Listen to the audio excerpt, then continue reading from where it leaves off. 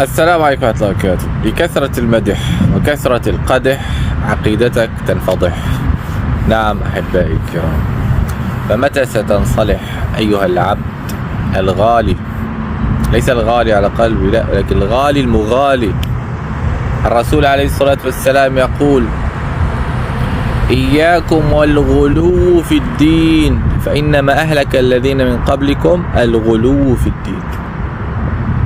يكثرون مدح الشيخ فلان، وبعضهم أهل الفرق الضالة يتوسل بالأولياء وتوسل، فهذا إذا كانوا أولياء. حتى لو سيد الأولياء لا يجوز أن تتوسل به، تتوسل بأسماء الله عز وجل: ولله الأسماء الحسنى فادعوه بها وذروا الذين يلحدون في أسمائه سيجزون ما كانوا يعملون.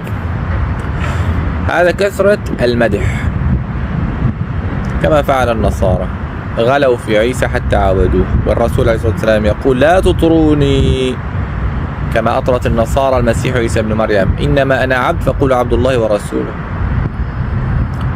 يعني لا تطروني، أي تكثر الإطراء لدرجة العبادة توصل الأمر والعياذ بالله. سيدنا وقائدنا وتاج رؤوسنا سيدنا محمد عليه الصلاة والسلام. ولكن بعض الناس يقول: أغثني يا رسول الله، أدركني يا رسول الله، قد ضاقت الصدور، أغث يا بدر البدور. هذا هو الغلو وهذا هو الشرك، تتوسل بغير الله عز وجل.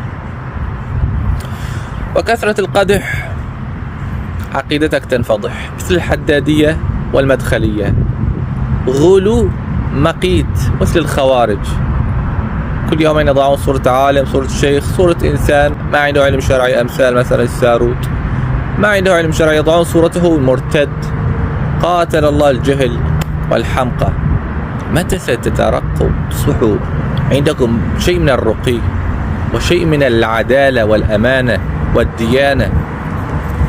الله المستعان. نعوذ بالله من الخيانة وقلة الديانة وإضاعة الأمانة.